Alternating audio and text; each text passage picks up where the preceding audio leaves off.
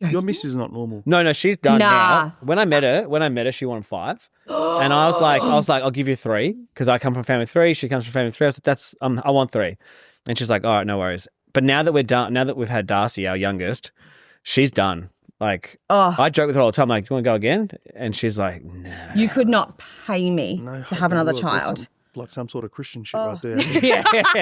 Man, put a condom on. I feel like I was always open to like maybe 3. And then I reckon when my youngest was about 8 months old, all of the adrenaline kind of wore off. I was going back to work, like the reality set in. I was like, all right, snip it off, tie it up, like whatever we need to do. This is not That's on my happening to-do ever list again. is go fall on the sword. Yeah. Yeah. What is it? Go fall on a sword. Go fall on the sword, get the vasectomy. Is that what it is? Yeah. Almost 2 though. That's a fun age. Yeah. Yeah, I'm pretty funny and chill. Yeah. My missus is a psycho. Yeah. So he just goes from being happy to Yeah. Really? They're mental unhinged case. at that age, but they're funny as so hey. fun. Yeah. Especially for me, obviously, with the paraplegia and stuff, a lot of it was on leash for the most part of the first 14 months. Yeah. And then once we moved from Strathmore, I could do nappy changes because his change table was on the table. Yes. So I could tuck it underneath and then I could nice. change. When we moved here, he had his designated room and everything like that. So, and then I couldn't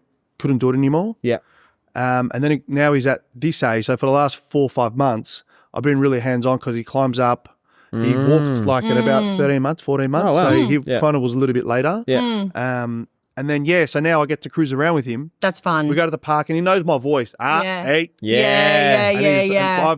And when his mum's around, he's a dickhead. Yeah. Doesn't listen to anything. It's all the same. Don't you think it's funny how like there's a weird thing that hits you when their own personality starts to come out and you're like, holy shit, you're actually your own person with your own so cool. personality, your own set of like preferences, like everything. Yeah. Some of the stuff my 3-year-old comes out with, I'm like, what? I can't wait for that. Like, what? Where did you learn that? Like, I so can't funny. wait. Are we recording?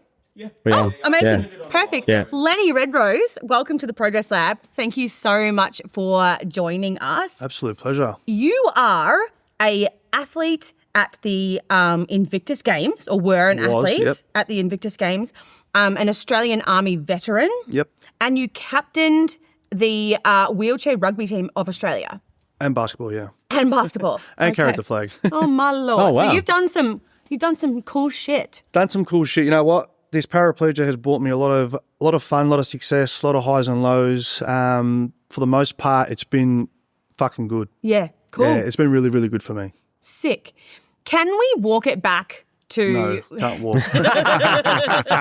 Walk it right on Else. back. Yeah. That is hilarious. Feel guilty right now. Can we wheel it back to when you were growing up and what made you want to join the army? Nothing. I was a drug addict. From 19, 20 years old, became an ice addict. I got to a certain point where Dad's like, dude, you're really stuffing up here. And he's an ex-Turkish military man. And he's like, why don't you join the army? And he had kind of hinted that in the past when I wasn't doing too well. But I got really hit some low points in my life. And Dad's just like, I think it's time now. Like, you know what? Fine. I'll give it a crack. So for me, joining was to get clean. I mean, obviously a better lifestyle, better life and everything, all that type of stuff. Yeah. So when the basic fitness test back then, I can't remember exactly, but it was a 2.4K run. You had to do a minimum amount of push-ups and sit-ups to get in. Look, that was pretty basic. I would have been like 90 kilos. I've always been kind of short, 175 centimeters. That's massive. Yeah, so I'm a ball. Yeah. Of fat, no muscle. And I would living in Tullamarine, like my running was, I guess, probably the hardest thing I had to do. So I'd run to the shops, run back, and it would take me like 25 minutes to do 2Ks. I'm quicker in my wheelchair than I was running at that point. Passed the test. I was quite quick to get in. I got in within 3 months. Wow. Yeah, really, really quick. So obviously the change happened, the lifestyle happened, go to Kapuka, you're working for 16 hours a day, studying, exercising, doing all, you do some boring stuff, you do some cool stuff. Yeah. So I dropped a lot of weight real quick and, got super fit and the military career kicked off. How did that feel after you started getting fit? Like just mindset wise, especially coming off a bunch of stuff and then did you just feel like a different human being or? I played soccer growing up. I was at the VIS, Victorian Institute of Sport, from like 14, 15 years old. So I was always gifted. I always had a lot of talent. Never kind of understood what I had. Always fit. Never realised how fit I was. Always really like my 20-metre sprint was 1.98 seconds. Yeah, wow. It's always been fast. Yeah. Always been really fast soccer player, and it's a good gift. I was a striker. First 5 meters. So then when I got into the army and then started getting fit again, I was like, oh, cool, I found myself. I was like, oh, this is familiar. But I had lost myself for so long. I gave up the soccer with the drug addiction. But yeah, just got there and I just felt very familiar again, and I just got quicker and quicker and stronger and stronger. Nice. With the drug addiction, do you feel now that you have the ability to look back on it, do you feel that you were like trying to fill a void, or was it more just that you fell into the wrong crowd, or It was fun. a little bit it was fun? It was fun. It would be Friday night, go out, or let's just say we would play Friday nights at our home ground for soccer.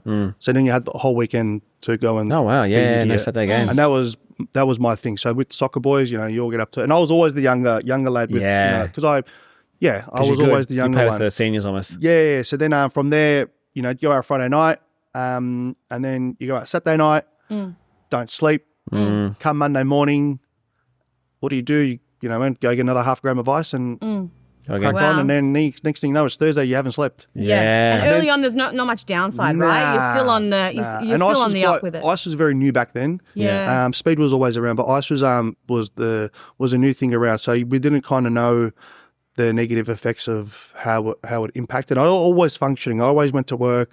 Always held such a good lifestyle. You wouldn't know that. My missus back then had no idea that I was on it, for a certain amount of time, which is so shit on my behalf. Yeah. And then was there a point where like the wheels started to come off a little bit? So I had a good business in recruitment, and the business went well for multiple years, and then from there, it got bought out. So I was working for Blacker & Decker and DeWalt, and they wanted a national provider, which I couldn't do. I was running a few sites here in Melbourne. So then Stanley bought them out, and Stanley said, we need a national operator. I was like, cool, I'm done. Once that contract finished, I really went down by some bad paths and wasn't really working. I was working odd jobs, concreting, just things that were happening. I had no structure, and with no structure, then I just really went downhill. Yeah, interesting. And with the sport that you were playing growing up, do you feel like that gave you a bit of like direction, discipline, structure? And then because that's a common story, isn't it? That when we get into like the adult working life and that kind of structure disappears a little bit and that discipline of sport disappears, we can find ourselves a bit like discombobulated. Yeah, so like I said, because I was always one of the younger boys with all the older boys, so you pick up on all the bad traits and all the good traits. Of course. Yeah. So you see the guys that are in the gym, so we would be training 3 times a week. When I was at the VIS, I was 4 days a week at training, play once a week, and then I'd play on the weekend with my local team. So 6 days a week I was playing soccer. Got no time for anything else. Yeah. Wake up in the morning, Dad would wake me up at 5:30. I'd run to the gym, to the pools, swim for 45 minutes, run home, go to school. I was never good at school, but it was just what you had to do. Mum and Dad being immigrants, you have to get your Year 12 certificate. Yeah. So then like once the older boys happened, and then I was playing with the national youth in the NSL. So then the NSL closed, and it was, where do you go?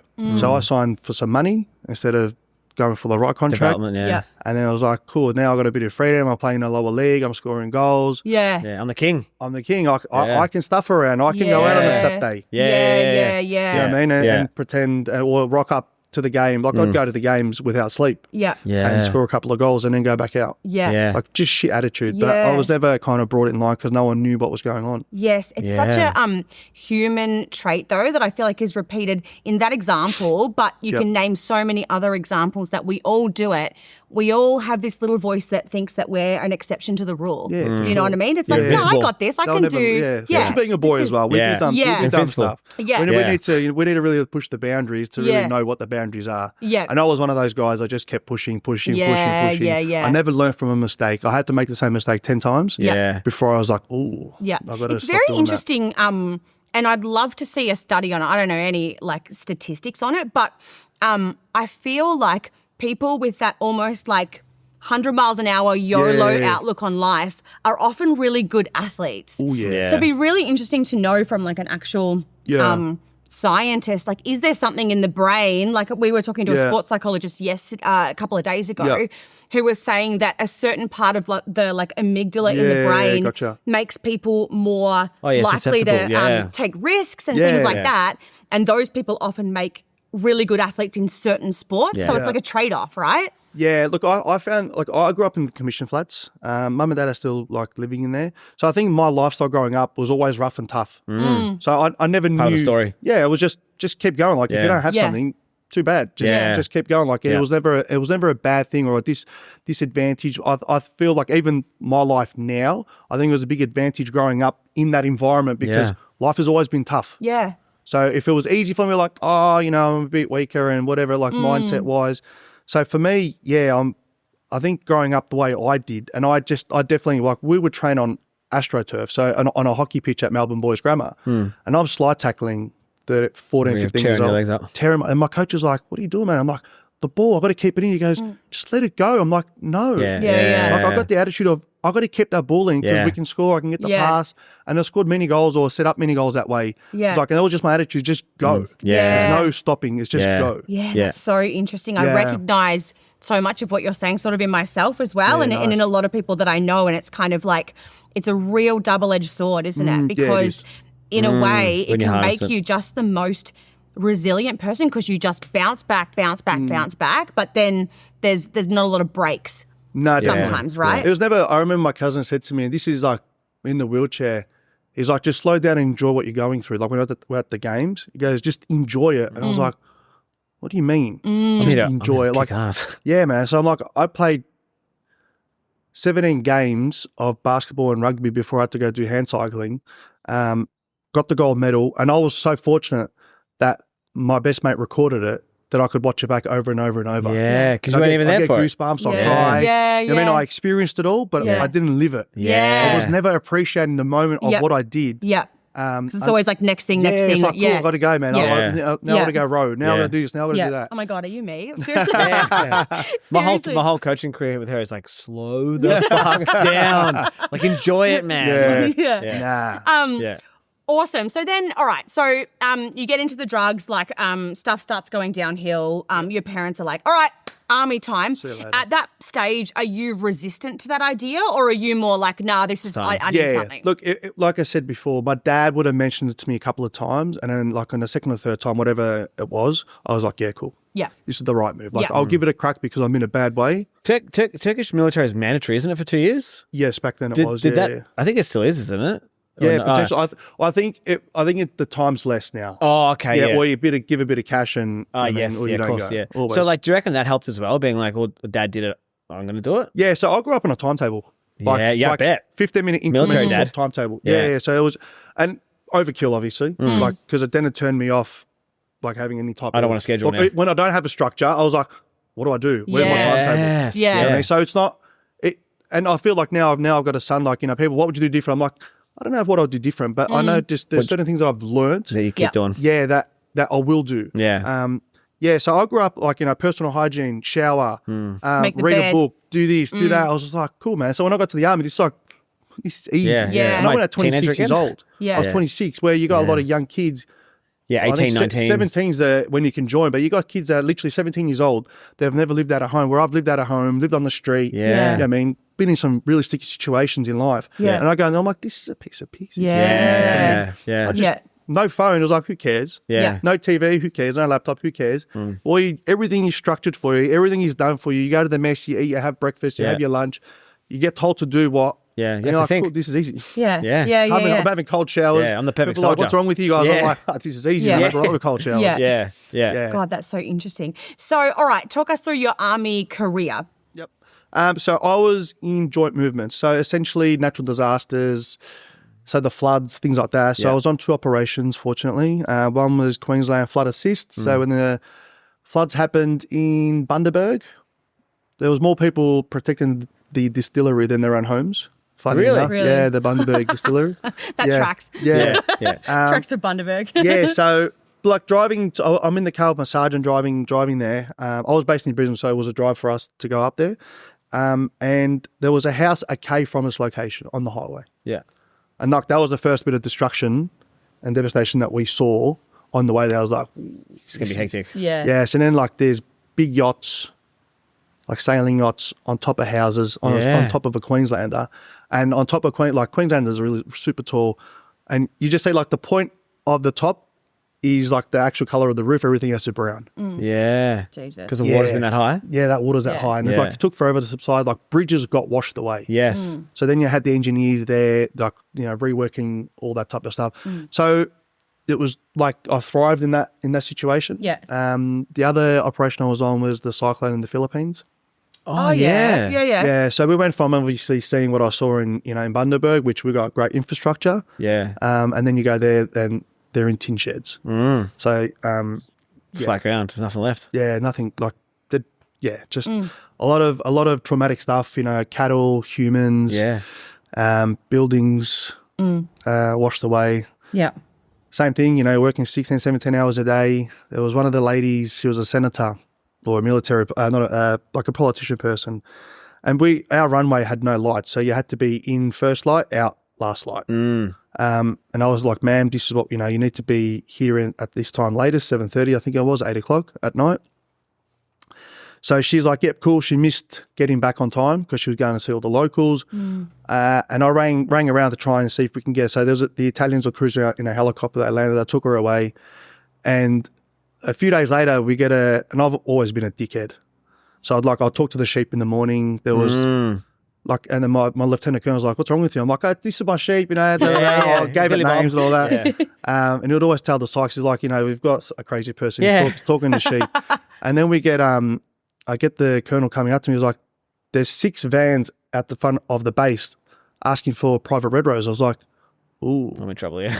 Yeah. And there's like the Muslim militia that were going off and shooting at planes and shooting at us and things like that because they didn't want the help of other governments. So we had a little bit of contact and we're like, this could be hard, Yeah. So we've already gone over and there's 6 cooked pigs in these vans from the politician lady to say thank you. Yeah. And that was our first hot meal in like 7-8 weeks. Yeah. Wow. I was like, cool, man. So then you experience that. Then you got the locals trying to give you their chickens to say thank you. Yeah. Yeah. And then you just you think about, and then we're in a mozzie tent. So there's obviously toilets, but it's just a hole in the ground. Yeah. Ration packs, no showers. Laundry is like clean bucket and a bucket with soap. And you got to literally dry it yourself. Reminds me of my mum back in Turkey in a village. Yeah.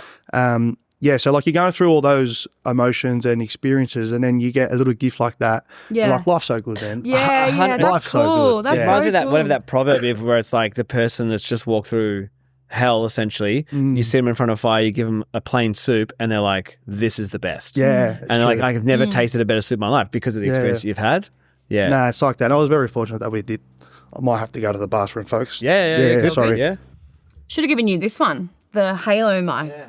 Well, I'm just so used to hearing you complain about That tracks. I'm going to start complaining now. Yeah. That's how you get what you want. That's why women get what they want. Yeah. I am a chief complainer. They don't stop complaining. Oh, it's true. It's true. That was actually the whole reason that I suggested that Chris try out the boom mic, because I was like, Because eventually we'll just have them off in the room. Yeah. How'd that feel, Lenny? Yeah, sweet. Don't worry, I get him to put filters all on. I'm like, Side profile's the worst for me. same. I've got no jawline. Same. You know how and it comes as a shock that too. is Like when you see yourself side profile, I'm like, That's not like me. have I been walking around like this my whole life? I've got a It's coffee machine, devastating. and my coffee machine's As a reflection? and I'm like, oh my god! I'm like, I look good here, man. Oh, nice. And I look at the next one, I was like, ooh, what is this? So bad, so bad. It's like the same when it's like when it's flipped and like your left side is on your right. You're like, oh, I'm hideous. Who's that? Oh my god. Okay, awesome. So army that. life, you're thriving. Sounds like it really worked for you that there was enough structure and discipline, but also there was enough adrenaline to sort of keep you happy and keep you for engaged. Sure. So it was, look, for the most part, I was in for 4 years, just about. Yeah. For the most part, it was really good. 4 days after discharge, I just got back on the crack pipe. Oh, wow. And fell back I was into going to addiction. ask you, were you thinking about it? Yeah. While you were So away? I'd come to Melbourne. Yeah. I'd be like, oh, man, I thought I'd beaten this. It's been over a year. Just get the itch. I'm clean. I was like, and then boom, coming to Melbourne, it would start happening. I had a girlfriend, so me hang out with her and all that. And And then, so it was just one of those things. And I thought I had beat my addiction. And I Yes. realised, especially once this thing happened to me, Yes. I didn't beat shit. I was running away from it. Yes. Yeah. So then, And worked on it. so then I just really started going a bit harder. Like once the paraplegia stuff happened, it was like, cool, man. I haven't been in shit. Yes. But yes. I've been running. And that's really interesting. Again, I think like you hear that all the time with like alcohol or prior alcoholics or you're never, and even like ex-smokers, it's like you're never a non-smoker. You'll always be an ex-smoker. Yeah. I'm always in recovery. Yes, Alicia's yes. like, oh, you've been clean for, I hit 7 years, no crack pipe this year, right? Well done. Thank you. And then she's like, oh, you recovered? I'm like, I'm never recovered. Yeah, yeah. Never recovered. Yeah, it's always there. I was watching a clip last night, I think it was, and it was like this psychologist like reframing with an addict. It was like some sort of session that they were doing, and he was sort of saying like, understand that I think it was heroin that this guy was particularly his drug of choice. Yeah, it's like this is not your problem, it's your solution. The problem is embedded behind that. Yeah.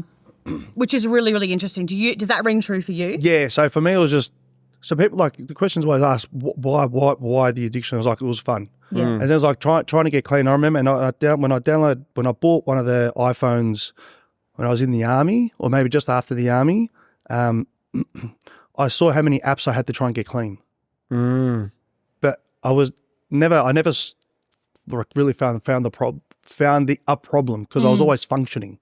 So for me, like when I was after I discharged from the army, I'm working in landscape gardening type things. So I'd wake up 4:45 every day. I'd do my 10 hours. I'd come home. I'd cook. I'd go to sleep. I'd watch a movie. Hang out with my missus. All as a full-time ice addict. Yeah. So I'd smoke some and I'd go to sleep. Oh, really? Interesting. Yeah. Wow. I'd wake up to my alarm. I'd have my shower, breakfast. I'd have one, go to work, have one at lunchtime, get home, have some more, Wild. have dinner. And does that just further like feed the narrative that you tell yourself that like this isn't a problem? Look at me. I'm Yeah. like no one I knows. was the worst type of addict because I'm I can get crushing away it. with it. Yeah. Yes, Yeah, yes. never hit the point where Yeah. it forced you. Yeah. And that was- is addiction, right? Like oh, that's bad. pick your addiction and it's you're never going to go from 0 to 100. It's like such a little sneaky slope, You're not isn't it? high. When you're an addict, you're not high. Yeah. Yeah. Yeah. Yeah, just part of Again? the paraplegia. No, it's fine. It's fine. Yeah. You just let us know when you need Yeah, to that's pause, fine. like whatever you need to do. Just happens. See? Never ends. It's a full-time job, man. Yeah. It's a full-time fucking job, this thing. I even feel like that with like non-substance addiction. Yeah. It's sort of like, I mean, you could be addicted to like, Porn. I'll porn, get sex, high like and I'd anything dopamine. dopamine. Yeah. That was Even the like- Hours upon hours. Yeah. yeah, stupid. Yeah. I clocked every fucking porn site. It was Yeah. terrible. It got to Yeah. the end. Yeah. Yeah. Literally. And so do you reckon, like, for yourself, does your brain just want some dopamine that it wasn't quite getting, like you say, next thing, it's just like something else. I don't know. Like, I think at that point, like I was saying, you're not high. When you're an addict, you don't get high, especially with ice. Yeah. I've never injected anything, but with ice, because it's just like you're constant. So when you don't have it, you just go to sleep.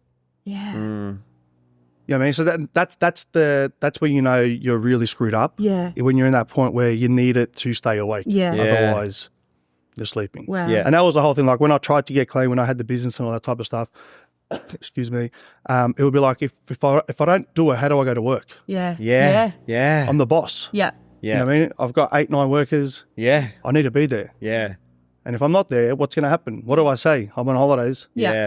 And they stop working and Yeah. Yeah. It's not, And so when you're, let's talk about your accident, your spinal Yeah, cord cool. accident. Were you an active addict then? yeah, I had a drug overdose in ICU. Wow. Okay, let's talk about that first. Yeah. So surgery is going to happen. And I'm meeting all the doctors and all that. I'm like, and I've told every single person I'm an addict. Yeah. So this is post accident? So pre-surgery. Yeah. So Pre-surgery after you had your spinal cord accident? Yeah, no. So for me, I had a tumor. Oh, I had okay. a tumor in my Ah. spine. Yeah, so Okay. that was my injury. Ah, okay. So yeah. And then so I'm telling all the doctors, hey, look, I've got an addiction, especially the anaesthetist. Yes. Yes. Yeah, they got to fuck with some shit, don't Yeah, they? so like, like when did you do it last? I said, I haven't done it for 24 hours, Yeah. like knowing I was coming in for surgery. So Yeah. I've tried to, Yeah. be a good boy. Yeah, do the right thing. And then, so all good, no dramas, come out of hospital or come out of surgery, I should say. And I'm in ICU for 4 weeks. Yeah. And obviously I'm still an addict. Yeah. So we're like, the boys would come around to see me. I was like, oh, cool, have you got some stuff?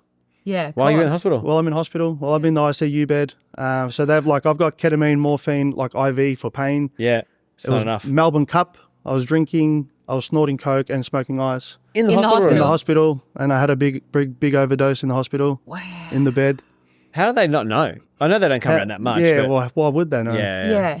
Wow. You know what I mean? Hang on a minute. Look, Coming from the- Can we backtrack just a little bit? Yeah. So your spinal cord injury was the result of a surgery Correct. to remove a tumor. Correct. When did you find out about the tumor and how did you find out about that? So 2014, I'm in the army. I've got bad back pain. Yeah.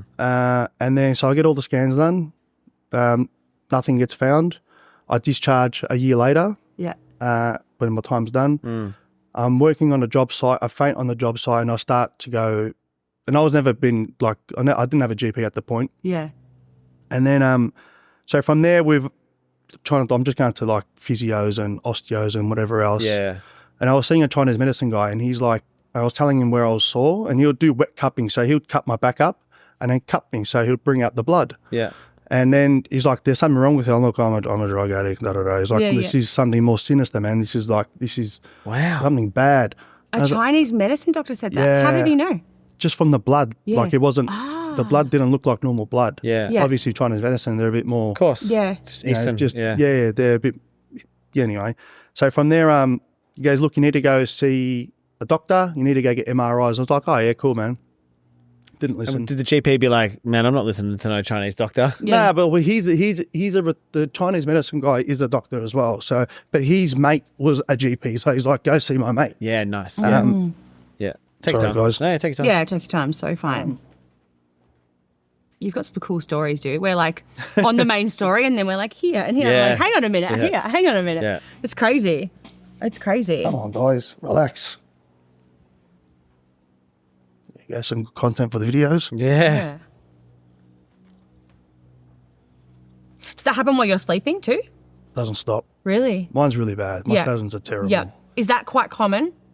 Not this bad. Like I'm heavily medicated as well for the spasms. Like muscle relaxants? yeah, so baclofen, but it doesn't. Yeah, it doesn't. It's like I do a lot of standing and things like that, like with my rehab, and it helps with that, with the putting like the pressure Yes. through. Yeah. But it's just, and then it makes my heart race. Yeah. I was going to say, mean? does it make you tired because everything's contracted? Yeah, so right? then my mouth starts getting dry, and then my Yeah, words yeah, don't yeah. come out properly. It's Yeah. just shit. Yeah. Yeah. You got water. Yeah, cool. We had an amazing person, a guest on the potty, Bianca, who's quite a high level weightlifter, and she has mad epilepsy, like lots wow. and lots of Yeah. seizures.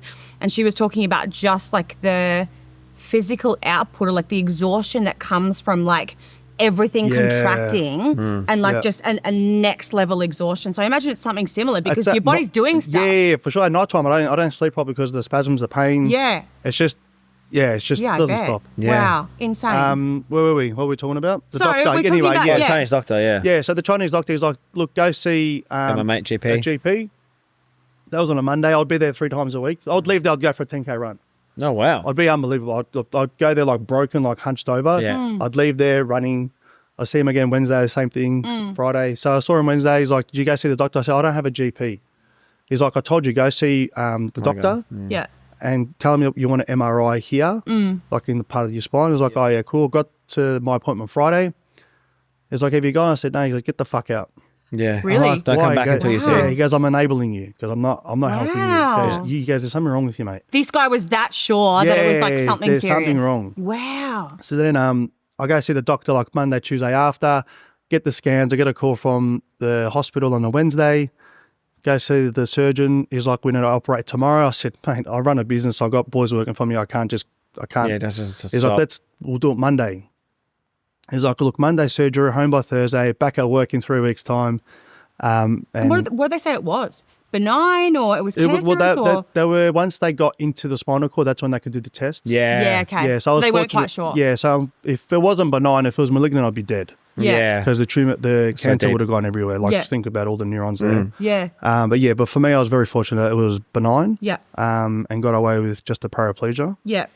But yeah, so the And so, sorry, at You're this right. stage, you haven't gone into the surgery yet. No. Are you having any other symptoms apart from back pain? No, I walked in. Okay. I walked in and came out like this, which is Wow. Okay. yeah. Wow. So I successfully sued the surgeon.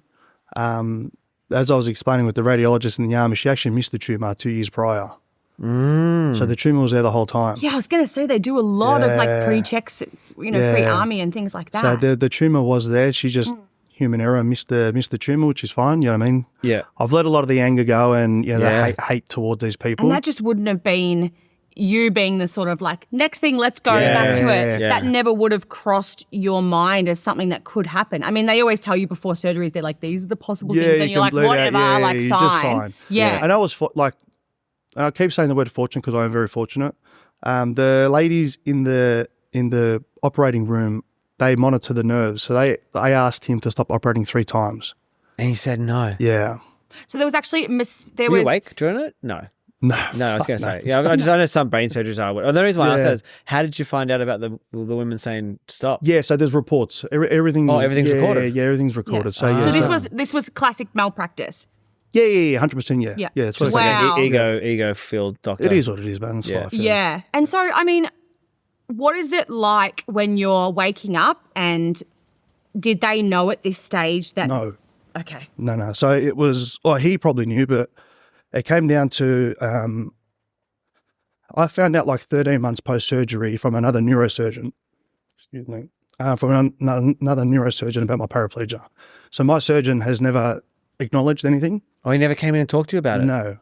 No, we spoke, but it was always, you're going to recover. You got this. Give it 6 weeks. Okay, Yeah. so the narrative coming out was like, hey, everything's a bit messed up Everything's- right now. Yeah. Don't worry, you just need to heal. Well, you've had a very invasive operation. You know what I mean? Yes. You got some spinal cord shock, which is normal, lasts about 3 months. Yeah. Right. From there, so 3 months has passed, so we go Yeah. to see him 13 weeks later. So you're in a wheelchair the whole time, And obviously. presumably, because you're yeah. taking gear and stuff, and presumably you're just like, okay, cool, like I just got to cool, get whatever, through man. this It's little my bit. lifestyle anyway. Cool, just keep going. Like, Yeah, it's a yeah. doctor. He's not going to lie to me. Yes. Yeah. He's a neurosurgeon. He's not going to lie to me. I mean, he knows what's happened. Yeah. And it got to a certain point where I started asking questions, and I couldn't get the answers. Yeah. And I started recording all my appointments Yeah. without him knowing. Yeah. Yeah. And so you just weren't getting function back in the lower half of your body? So how I woke up is how I am today. Yeah. Yeah. Yeah. And did they set you up with all sorts of like rehab and things like that? No, And was it nothing. like a slow? Nothing. No outpatients or nothing? Yeah. No, look, Come it was back. 1 hour of shared physio a day. Yeah. Okay. 1 hour, I was in hospital for 4 months. Yeah. 1 hour of shared They physio. said 3 weeks you'd be back at work. 4 months? Exactly. I spent 4 weeks in ICU Yeah. and another 3 months in rehab. Wow. And was there any kind of, I hope not, but was there any kind of shift in the blame towards yourself because you had an overdose in recovery? No, nothing Okay. like that. No, That's good. And that was a question that I kept asking other neurosurgeons. Like, Yeah. we'll have even my ice addiction. They go, this has got nothing to do with addiction. It's got nothing to do with lifestyle. It's got nothing to do with anything. It's Something's just, happened. it's just unfortunate that Yeah. you got, and it's within males from age 28 to like 36 or something. Yeah. It's a very small window, and it's males Wow. that it happens to. Really? Yeah, within that age bracket. That's so interesting. And so there would have been obviously a realization, presumably like, was it a slow realization that this is now my reality permanently? Or was there a moment that you could remember Nah, being like, the moment. fuck, So I really? spoke to 3 neurosurgeons to get reviews. So Yeah. the 2 neurosurgeons that I spoke to first, I had just given them all my papers. So they read, yep, cool, saw his name, fantastic surgeon.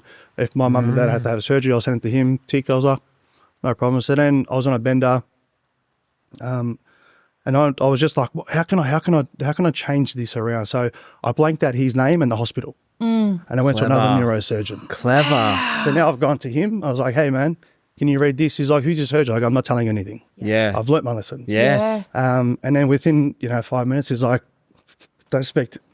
Excuse me. Take your time. Take Yeah. Yeah, it's all right. Wow. He's like, don't speak to anybody else in Victoria. No one's going to help you. I'm like, what do you mean?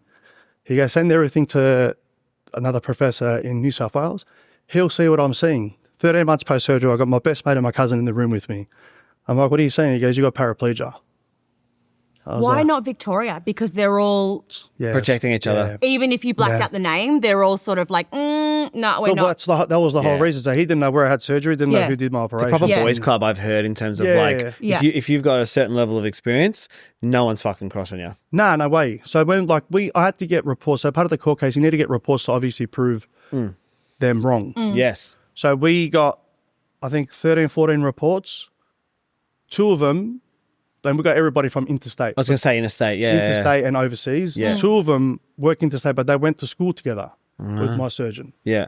So we didn't realise, and they wrote everything complete opposite to all the other neurosurgeons. I was like, Yeah, what's going on hang here? on, man, what the hell is this? And we did some research, and they're from Melbourne. How fucking dog is that? That's so shit. And this It's so shit. this is obviously incredibly like layers deep traumatic of like the layers of realizing that there's certain things, like presumably you'd be thinking every day of like different things that you might never be able to do again. Like I imagine it's not just one big hit, but it's just Yeah. like layers of that. And then if we add on like the gaslighting that you experienced, do you feel now, again with the ability to sort of like Yeah. look back and reflect, do you feel that if there was just like a little bit more of ownership on their behalf initially, would that have made the process easier for you? I don't think so. Yeah. I think it's still going to be lasting forever. Yeah. Yeah. You know what I mean? It's not if he had stopped operating. Yeah. And let's say I was left with a walking stick. Yeah. Different story. For sure. 100%. Yeah. Like I walked into if I came in a wheelchair and then I left in a wheelchair, whatever. But I came in, I would say fit. Like I'm working 10-hour days. Yeah. 5-6 days a week. So I'm pretty fit. I'm just a bit messed up. Yeah. Yeah, but coming back to that, I don't think it would have made a big difference. And it's like, and I've probably like we settled the court case a couple of years ago, but now having a partner and a child, I feel like I know more about my disability and how hard it is. Where when I went through everything, I wasn't single, but I was single for most of it. Then met Leash, Yeah. and I didn't like the monetary value is never going to be enough. But the monetary value that I got wasn't enough because now I know the difficulty that I'm having with my son to do things with him and how hard it is. And, and psychologically, not physically. Physically, Yeah. it's physical, yeah. But mentally, it's like I'm going through like this shit every single day Yes.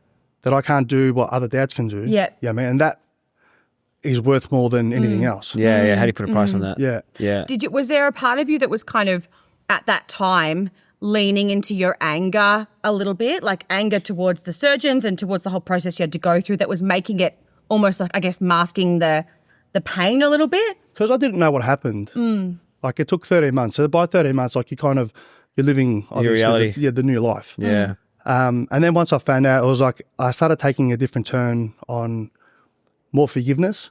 Yes. Because I've never been an angry person per se. Yeah. My whole thing has always been, find the positive in a negative. And I'm that way inclined with everything in life. Yes. I've done some dumb shit, but I find a positive, not that it is positive, but the positive out of the bad shit I've done. So I think for that purpose, it's fine. But yeah, it's just, Is he still practicing? yeah. That's fucked. That's that level of protection.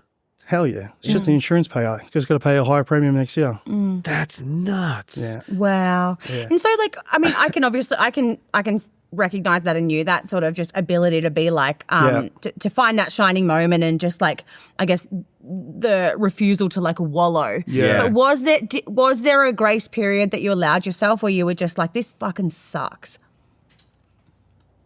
Like the same thing, because it took that period of time, and then in that 13 months, I was fortunate enough to meet my mentor, Marcus.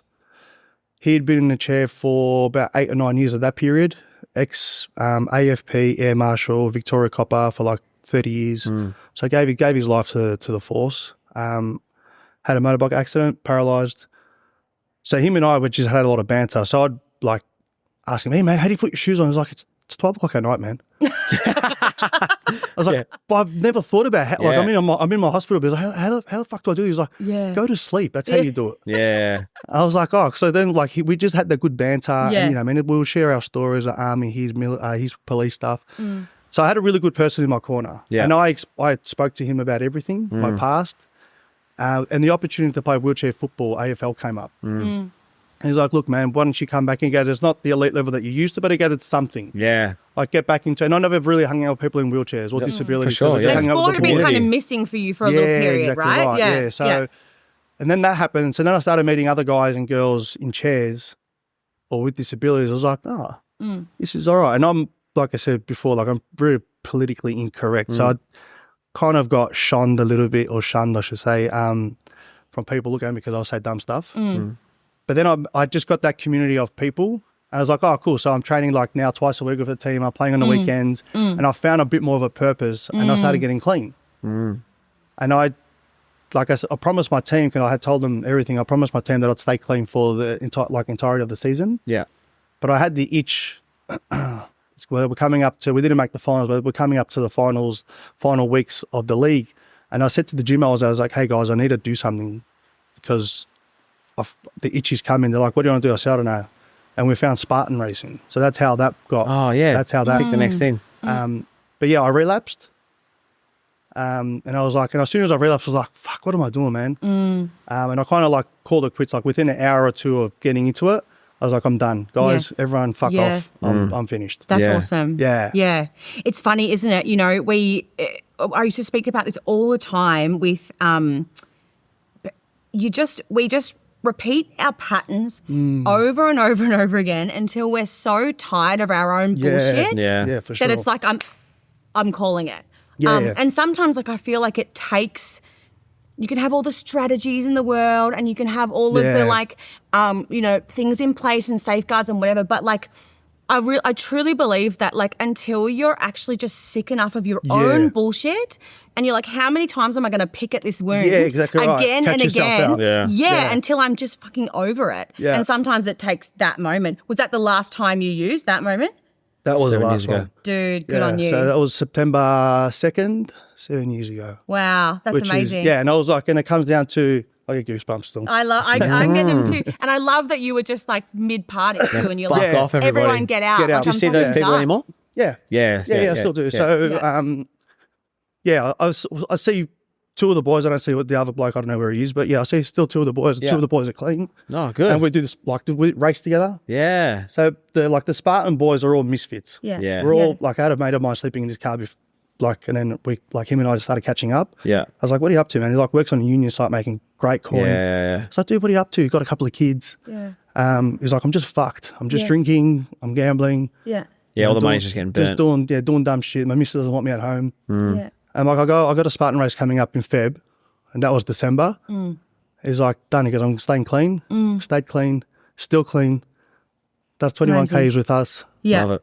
with the family. Goes overseas. They went to. Still with his same missus now? Yeah, man. Wow, what a turnaround. Yeah, 100%. Yeah. That's so cool. We catch up, and she's like, I fucking love you. He's like, I did nothing. He did it all. Yeah. Nothing Yeah. to do with me. He just had to have someone Yeah, exactly right. invite him somewhere. It's so fascinating, isn't it? How, and again, we just talked to a performance psychologist who works in sport, and we had the conversation about like kids these days and do we give people participation awards and do we, whatever. And that's what he was saying. He was saying like actually the evidence shows that like kids are smart. They know they didn't win. Yeah. And like instead of teaching people that like we have to like there's so much importance on winning, teach them resilience to be like You sport lost. isn't Don't just avoid the about hard winning. conversations. Yeah. Like learn how to lose too. Like to. the journey is the Is the loss. is Yeah. yeah. Look, I'm definitely old school in that thought process where you need to lose. Yeah. Like we had some of our like best comebacks after a shit loss. Yeah. And it's like, shit, how did we lose to a bottom team? You think of all the greatest, whoever, pick your favorite athlete ever, and chances are they've had something shit happen to them. Yeah. Whether it was in the season, out of the season, whatever it is. for Like sure. the reason why you're drawn to them is like their ability to fight. Yeah. It's very rarely you're like, I love that person because they've never had anything hard exactly happen to right. them. Like no one. hardship. Nah, that's boring though. It's so boring. Yeah, you got players or athletes that are just into, like, I love soccer. So you got players at Manchester City who won like 4 or 5 seasons in a row, and they're 24 years old. Yeah. Well, Yeah. they've got no experience in a loss. Yes. Or any hardship or Yeah, anything. What yeah. happens, Yeah. you know what I mean? Yeah. Yeah. It's How do you so bounce funny. back? Yeah, exactly. When the wheels come off. Yeah. It's so funny how sport can be this like it's really this representative really of like who we are when we're under pressure. Yeah. And so I guess it's kind of like, and I've recently actually changed my opinion on this because I used to, and ask Chris, I used to be like, oh, because we were talking about sports psychology and, you know, it'd be like, oh, let's talk about your why and stuff. I'm like, oh, shut the fuck up. Just tell me how to like chill a bit more on comp day and like I'm good. Yeah. But now I'm actually starting to realize, well, sport is really this pressure cooker that allows us to have a look at who we really are when the chips are down. Pressure. And so like the practice of sport, of training for it, the discipline, the losses, the how do you learn a lesson? How do you take that on? How do you let that go? All of those skills we can extrapolate out into like your entire life. 100%. That's like we're talking like with the missus, obviously little fellas, like he's going to be 2 in December. What's his name? Tilio or Tilsy. Tilio. Tilsy for the Aussies. Oh, I love that. That's cool. So we talk about, and I grew up with sport. She didn't grow up with any sport. Yeah. I was like, oh, all the pressure. I'm like, it's good, okay, because they learn so much. Yes. Like being a teammate, Yeah. Yes. passing a ball, Yeah. Yes. asking to be passed the ball. Yeah. Like How to together. mentor, how to be mentored, Yes. right? Right, listening to a coach. Yes. Yeah. There's respect. rules. I was talking to I used to work with this guy that used to work exclusively. He was a PT but worked for the NDIS to work with people exclusively that were recovering from big strokes. Okay. Basically from like bedside, barely functioning to like whatever, you know, cool. function they Yeah. could get back to, whatever. And he said that the first question that he asks people when he's initially meeting with them is like, hey, how are you? Did you play any sport growing up? And I'm like, oh, that's weird. Like, why would you actually get goosebumps talking about this? But he said, because if they said yes, immediately I would know that their recovery would be, their outcome would be way better than someone that hadn't. And I'm like, what do you mean? And he's like, because people that grew up playing sport, I'm literally like getting goosebumps on my face. People that grew up playing sport, they learned how to fail. They learned how to be in discomfort. They learn how to distinguish between discomfort and pain. They learn their limits. They learn that progress isn't linear. Yes, all right. of those things that sport just teaches us, whereby he would know that if they said, no, I've never played sport, you're probably never going to get out of that bed, dude. Yeah, Like, it's so true. That's how intense it was. I think about like training on a Tuesday night in July and it's pouring rain. Yeah. And Yeah. it's cold. And you're like, Yeah. oh, I don't want to go. But Yeah. you go. Why? Because you're going to let your teammates down. Yes. I mean, you've got a game on the weekend. Then if you don't go training, you don't play. Yes. Like there's the discipline without even realizing. Yeah. And the sacrifice that you do, you know, from being like I started playing soccer at 4. I got my first trophy when I was in '89. I was 4 years old. I would have been doing much, but I was still there getting a trophy. Yeah. So I learned all these things growing up. Obviously, growing up in a hardship as well. So for me, he'll definitely play a sport if he's into it. Yes. I'm not going to force him into. He might be an academic and hate sport, but that's He fine plays- as well. But if he enjoys sport, Yeah. definitely want to be part of something. Yeah, I feel Yeah. the same way about my kids. And it's Yeah. just sort of like, try it, not because I need you to be a sports star, but I need you to I need you to experience. fail at something. Yeah, I need you to Yeah. fail. Makes I my need you to conversations like, easier. Yeah, I need you to be a bit uncomfortable because it's good for you. Plus, I can meet some parents to drink with and all that. Yeah, Yeah, 100%. Please make friends with the kid, with the cool parents. Yeah. Like, please, God.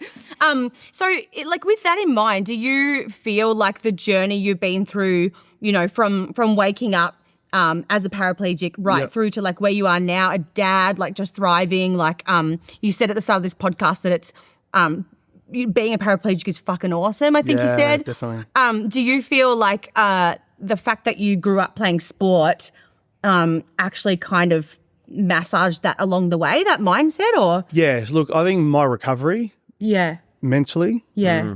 I know how to work hard. So especially like to give up the addiction and like, not letting my teammates down has been a big thing for me. It's like I knew we're playing on Sunday. I can't do anything Friday, Saturday. Yeah. I'm not going to do anything Monday because I've got training booked in. So like even now, 6:45 is my first session of the week with my trainer. Yeah. And I know that on purpose so I don't stuff up on the weekends. Yeah. I mean, even drinking too much and not wanting to wake up. Of course. Yeah. I mean, on a Monday morning, like, Yeah. I'll pull up at 8 o'clock instead of going to 12 o'clock with the boys. Yeah. Yeah. Just like those little things like course. that. So Yeah. for me now, without sport, wellness, food, any of that, I probably wouldn't even be here. I definitely wouldn't be doing this podcast. That's 100%. I'll probably be, stuck in a corner, like on drugs somewhere. Over the pipe, Yes. But no, I definitely, for me, sport, wellness, all that, has training, has definitely been the biggest part of Incredible. my recovery. Yeah.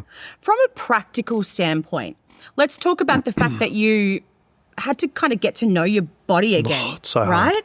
So hard. What were the biggest things that surprised you when you got back into like sport training that you were just like, this is a different body I now. always use my feet playing soccer. So then I go play wheelchair basketball. I'm like, I am so, Yeah, like, I don't Man, have the I got technique it. for it. Yeah. No, so you got to bounce a ball.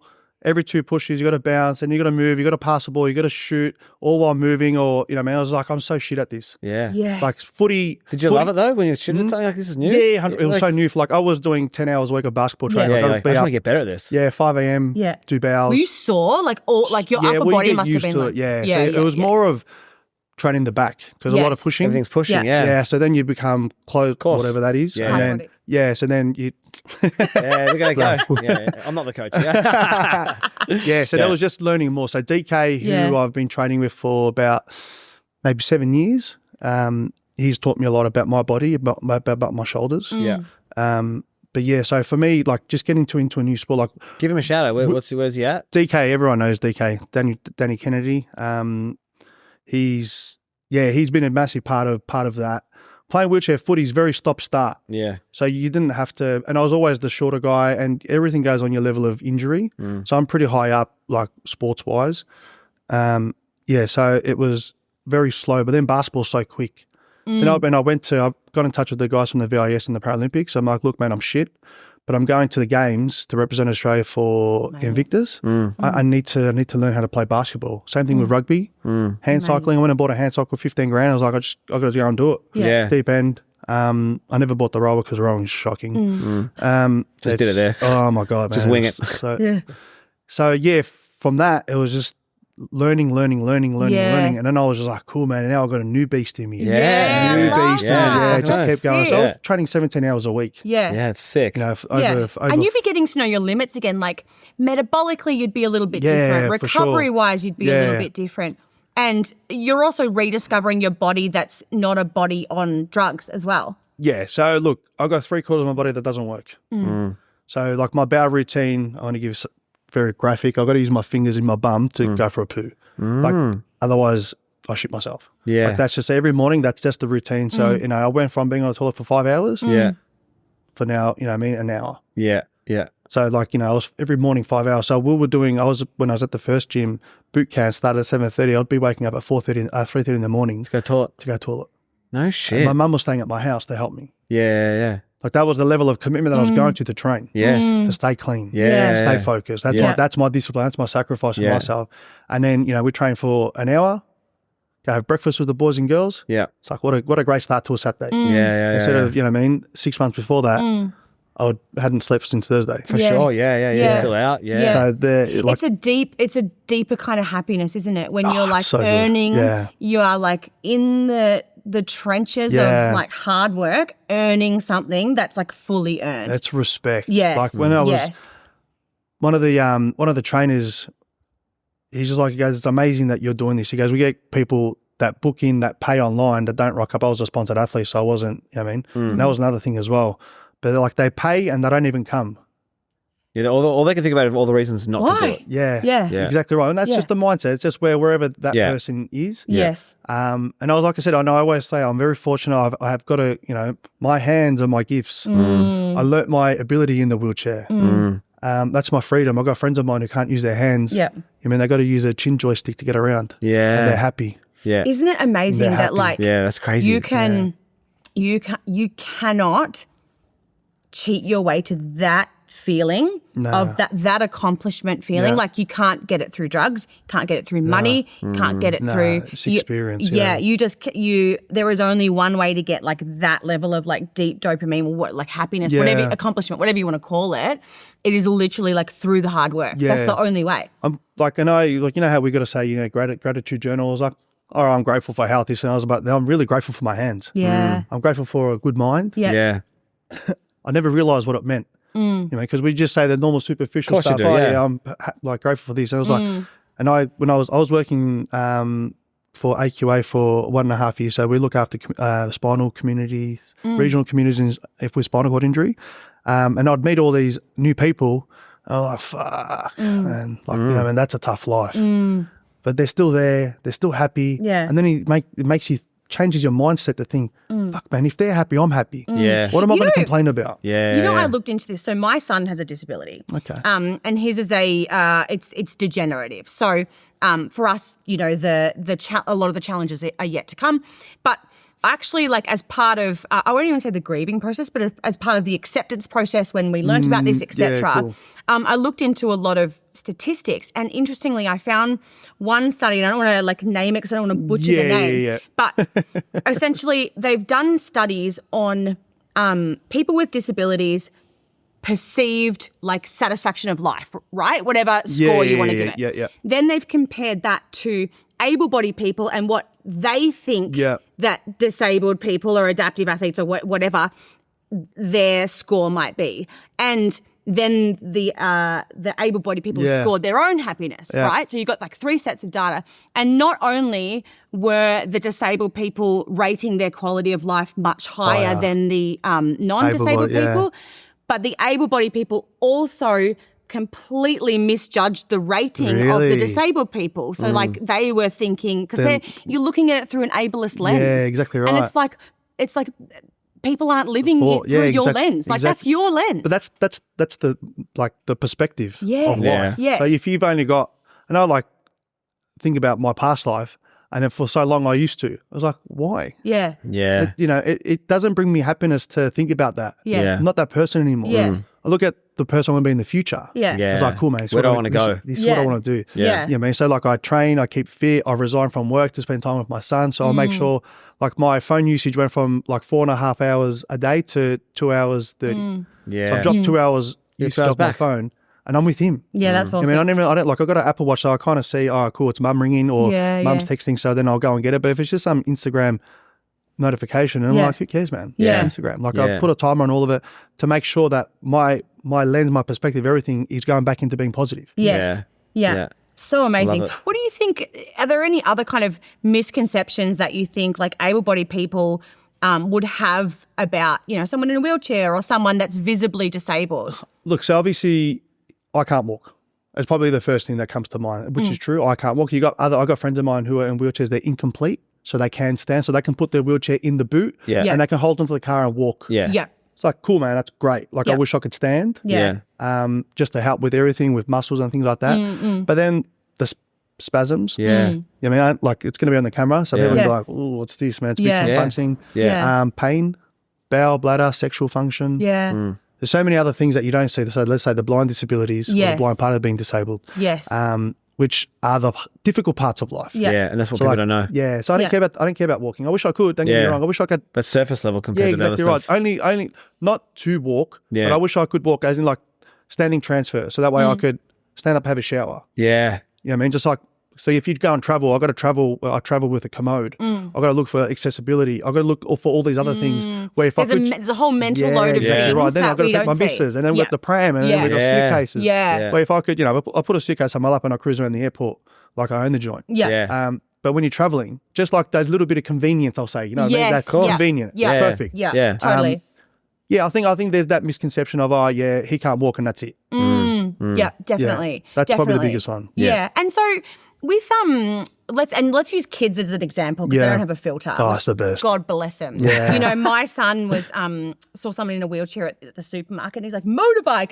Yeah. And like I was like, because my initial reaction was to like hush him, and then I'm just like, why am I making such a big deal out of this? Like someone like yourself, seemingly, and correct me if I'm wrong. You'd be like, that's funny. Yeah. Like humans, adults, they're the ones I'm going to start. I'm getting teary now because of a kid the other day.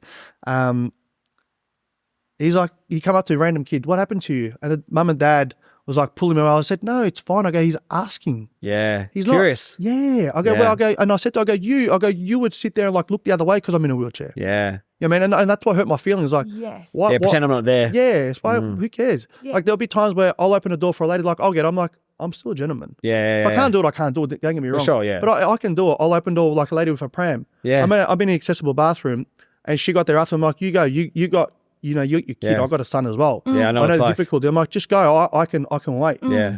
Then you got idiots that come out and we're like, and mainly women, sorry women, but it's true. You'll come up with an excuse. Oh, I had to go to the toilet because there was a queue. It's like, shut up, get out. Yeah. You know what I mean? But kids are just beautiful. They don't care. Yeah. Like, kids aren't taught to be racist. Yeah. Kids aren't taught to be anything. No. You know what I mean? They're just pure. And it's not coming from any sort of place Bad place, yeah. No, it's just pure curiosity, and like that is like a human connection. Yeah, Yeah. my son, like I love cooking. So my chopping board's on my lap and I'll be cutting whatever I'm cutting. And my son would be like, Baba, he calls me Baba. He'll just grab the back of my wheelchair and he'll wheel me around. I'm like, Baba, I'm cutting. He's like, Baba. And he'll like take me to the TV or to the snack I drawer. love it. Yeah. I was like, Dad, I'm cutting. He's like, Yeah. Baba, Yeah. snack. I was like, Yeah. My it's funny, my girls never did that. My son, who's 18 months old, Yeah. or almost 2, so Yeah, he's yeah. Christmas Day baby. mine's 24th of December. Oh, bullshit. Really? Yeah, full Christmas Day. Yeah, early AM Christmas Day. Wow. And like, so I call him Jesus from time to time. But he just I'll be like cooking. The girls watch a bit of TV. He'll just walk up and like push me away. Yeah. Water. He'll actually like direct me to get it. How good is Whereas it? the girls will just ask. Yeah.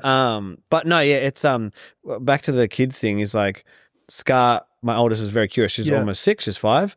And Trace has done a lot of volunteer work. Camp Spider Bifida is one that she did with, and she's really big on like if the kids are interacting, and we're strong eye contact people too. So it doesn't matter who he is, we say hello, but almost like trying to encourage Scar when we ask questions, you bring them in. Yeah. Because mummy, what's going on with that? And you're like, well, let's find out.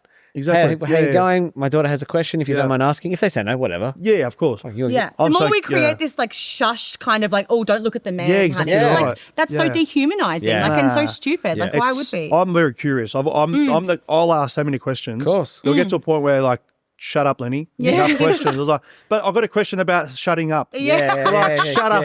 Like, so and my son's like that. And I want him to be that way. I don't want him to be fear to Yes. do anything or to Yeah. ask, not ask. Okay, and I'll even go stuff up, like make the mistake. Yeah. Like, from my voice now, Yeah. and then he's like, oh, okay, Yeah. that's Yeah, the voice. that's Or the if I say, Bubba, come on, Yeah. and then you go again, I'll do They're that. pretty good at knowing right where that line is. Yeah. And they'll like dance over it. But Yeah. sometimes I'll see the shift in my Yeah. oldest when he's just like, whoa, I cannot push this Yeah. any Yeah. further. Yeah. Like, That's so good. yeah, that's amazing. God, what a story. And so let's just touch quickly on becoming a dad because, I mean, talk about pressure cooker, that's sport. Let's talk Yeah. about like postpartum pressure cookers and nothing makes you reflect quite on who you are as a person, like trying to raise another little person.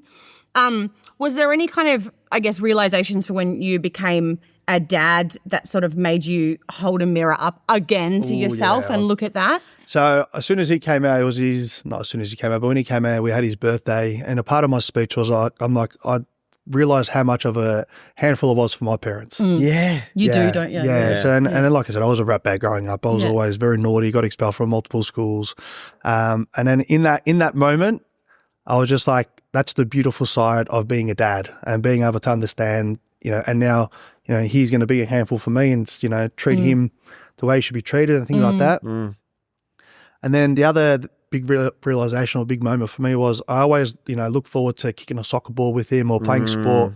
But we've got a nighttime routine, him and I, where we go to bed together. And I was like, that's what I look forward to more than anything else. Yeah. Yeah. Anything else of a night. Where now, like Leisha was studying, so now she stopped, finished studying, she graduated. She's been doing the nighttime routine when I pinched him the other night and I grabbed him. Yeah. I'm like, you're coming with me. So we're in front of the fireplace. Nice. And I just talked to him, tell him stories, sing to him, fell asleep, started snoring. I was like, fuck, this is so The good. best, isn't it? It's Such the a best. such a honor to be a dad or a parent. Yeah. Absolutely. It is.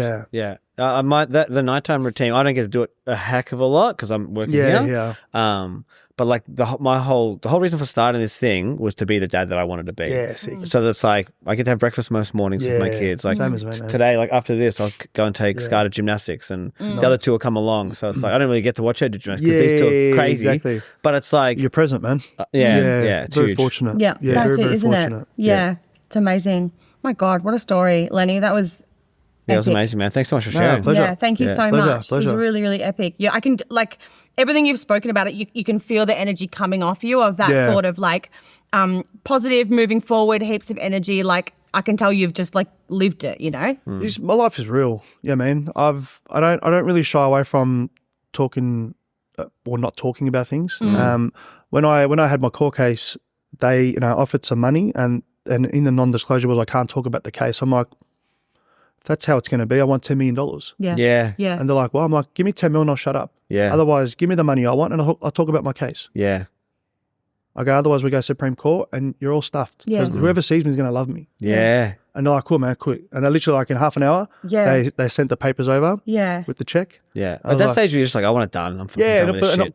but I'm fighting for me. Yeah, of course you You are. know what I mean? Because That makes me sad, though, the amount of people that would sign and then just not talk about it, and they're probably doing their healing a disservice. And I said, this is a part of my recovery, so Yes. you can't shut me up. Yeah, yeah. I will not shut up about it. Like, Yeah. I'll probably even get myself in trouble, Yeah. even if I did sign a non-disclosure Course. where I Yeah. can't. Yeah. But that'd be who I am. And Yes. I knew, because I had done a podcast like during COVID, and I had spoken just lightly about the court case. And I said, look, because it's ongoing, I don't want to say too much, but this is where we're at. And then I learned from that period, like even people's response, because people had no idea, like they weren't seeing me from able body to their wheelchair, and obviously never asked a question, but then they heard the potty. And then like they had a bit more of an insight. And this is like friends of friends, just Yeah. people on the socials. Yeah. They're angry too now. Yeah. Yeah. So, and then it got to that point, I was like, cool, man, I need to make sure that I talk. Yeah. Like, and I've always been, even with my addiction, like I used to go to NA, and with NA, you share, and every time I got an opportunity to share, I'll just fill the whole room up. I'm in a wheelchair, and I was like, I'll Yeah, cry. very good storyteller. Yeah, I'll cry, and Well, I'll do. it's very well known that so shame is one of the most shame was my destructive. biggest thing, yeah. It's As one of the as most an addict, destructive yeah. human emotions. 100%. And they always say the antidote. Well, shame thrives in the shadows. Yeah. It thrives in what we don't say. It thrives in what we hide. It thrives Yeah. in like a half truth. It thrives in 100%, yeah. those like dark moments where we don't bring it. I just get goosebumps again, but like. They say the antidote to shame is like bring it out and talk about it. Sharing. Truth. Yeah. And that was like one of the guys, Brett, who I mentor. He got run over by a truck. Was paralysed, and he did Spartan with me. His first one, when was it? In August. Did 10K. Weapon, absolute weapon. Like a year out of his accident. And I was like, and him and I got talking, and we just spoke. I spoke about my addiction. He spoke about his traumas and all the rest of it. And I was like, imagine like being enclosed, and I never spoke, and I didn't have the opportunity with him. You know what I mean? Like, and I would, Yeah. I'd be like, and that was like, and I look at that moment, of everything that I've been able to achieve. Now I'm mentoring people, Yeah. through their struggles. Yeah. Yep. And he's doing CrossFit. He wants to go to the CrossFit Games. I gave him my basketball chair. Now he's Yeah. doing pull-ups with the basketball Love it. chair. Yeah. Love it. I was like, bro, you're an animal, man. Yeah, You're yeah. an absolute animal. And that's all because I was able to share. Yes. And able to talk about things. Yeah, Yeah. shit is heavy when you're carrying it by Yeah, yourself. And then 100%. going back to these court cases, it just makes me really sad that people are Yeah. backed into a corner to sign for some money that they probably really need, or they think Yeah. that's all they deserve or whatever. And then now they can't talk about it because they're hamstrung by like Yeah, whatever legal. absolutely. And they treatment. would get absolutely nothing for whatever happened anyway. Like I had to pay for the reports up front. If I didn't have those reports, Yeah. How do you fight it? you can't. So there's finance companies, but then they want like 50% back Yeah, yeah. Yeah. on top. So you're like, hang on, dude, who are you actually trying to help yourselves? Yeah. Lawyers aren't there for us. No. Yeah. No one's there for us. Yeah. I'm a victim, and I had to pay like Shitloads. million plus. Yeah, and all the while Really? the gaslighting is happening too, of like, no, this is normal, you're going to heal. Like, nah. So, and if you don't have the It's money, hard, how do you? man. You don't. Yeah. You just cop on the chin and you live a dark life and not know. Well, I'm very, very fortunate. Like I said, I was, financially able to fight my case. Yeah. And fought it well. And like even I got extra reports. A report's 15 grand. Really? Yeah. That should be yours. So it's 15 grand, 10, 15 grand. Let's For one. yeah, report. for a good report. So then, man, I know it's got about 10 of those things. Yeah. Yeah. crazy. Came So arms. if there was someone that was listening to this that is maybe resonating with your story, but the earlier part. So maybe there's addiction, maybe there's sort of something else, maybe they're just sort of in the throes of a big change or something like that. What is the best, for want of a better term, advice that you could give for them? So I look at addiction or anything really like playing tennis. So my cousin who was struggling up until not long ago, his mum would reach out to me saying, please help him. I said, I can't. We're playing tennis here.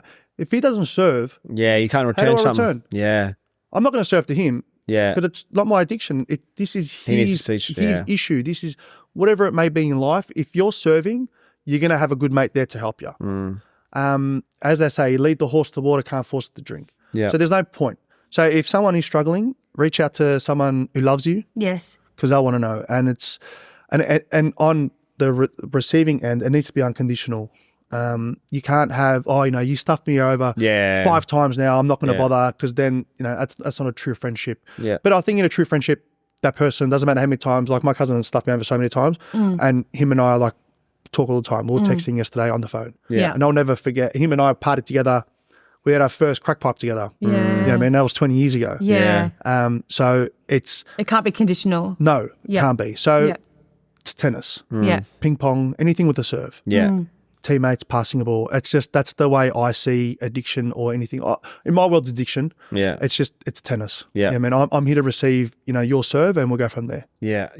Whatever you're willing to share, I can give back that same amount. And look, it took me 4 goes to get clean Yeah. over a 12-year period. I don't think it's going to work the first time unless you've had a really bad experience, which is great. Yes. It's not a bad thing. Yes. Yeah. But I've never seen. I watched the documentary and they were saying like the relapse rate is like 87%. Yeah. Yeah, so like to stay clean is really difficult. Yeah. Really, really difficult. Yeah. And you need good people around you. You need a gym. You need good things. You need to get that dopamine, the endorphins back that Yes. you used to release from the drugs, Yes. coming back into from training. Yeah. Incredible.